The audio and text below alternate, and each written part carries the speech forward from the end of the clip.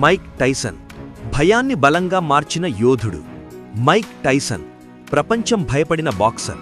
కాని అతని కథ విజయం నుంచి మొదలు కాలేదు, అది బాధ నుంచి మొదలైంది. అమెరికాలోని బ్రూక్లిన్లో పేదరికంలో జన్మించాడు. చిన్నప్పట్నుంచే చుట్టూ హింస, గొడవలు, క్రైమ్. 13 ఏళ్లకే అతను చాలాసార్లు అరెస్టయ్యాడు. ప్రపంచం అతన్ని ప్రాబ్లం బాయ్గా చూసింది. కాని ఒక వ్యక్తి మాత్రం అతనిలోని అగ్నిని గుర్తించాడు. అతనే కస్ డి అమాటో.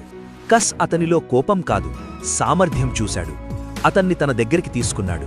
గురువుగా, తండ్రిగా మారాడు. కస్ అతనికి ఒక గొప్ప పాఠం చెప్పాడు. భయం ఒక అగ్నిలాంటిది. అది నిన్ను కాల్చేస్తుంది, లేక నీకు ఆహారం వండుతుంది. టైసన్ ఆ మాటను జీవితమంతా గుర్తుపెట్టుకున్నాడు. అతని ట్రైనింగా అపారమైన కష్టం, క్రమశిక్షణ, దృఢ సంకల్పం. కేవలం 20 ఏళ్ల వయస్సులోనే ప్రపంచంలోనే అత్యంత యువ హెవీవెయిట్ ఛాంపియన్ అయ్యాడు. ప్రపంచం షాక్ అయింది. అతని వేగం, శక్తి, తీవ్రత. అతను ఐరన్ మైక్ అయ్యాడు. కాని విజయం ఎప్పుడూ సులువు కాదు. డబ్బు, ఖ్యాతి, తప్పులు, టైటిల్స్ కోల్పోయాడు. జైలుకి వెళ్లాడు. కోట్లాది డబ్బు కోల్పోయాడు. ఒకప్పుడు కరతాళధ్వనులు చేసిన ప్రపంచం ఇప్పుడు విమర్శించింది. కాని ఇక్కడే అసలు కథ ఉంది. అతను మళ్లీ లేచాడు.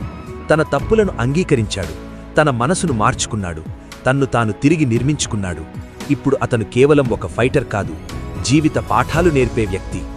నీ గతం నిన్ను నిర్వచించదు. నీ తప్పులు నీ భవిష్యత్తు కాదు. నువ్వు ఎంచుకునే మార్గమే నీ జీవితాన్ని నిర్ణయిస్తుంది. భయాన్ని బలంగా మార్చినవాడే అసలైన ఛాంపియన్.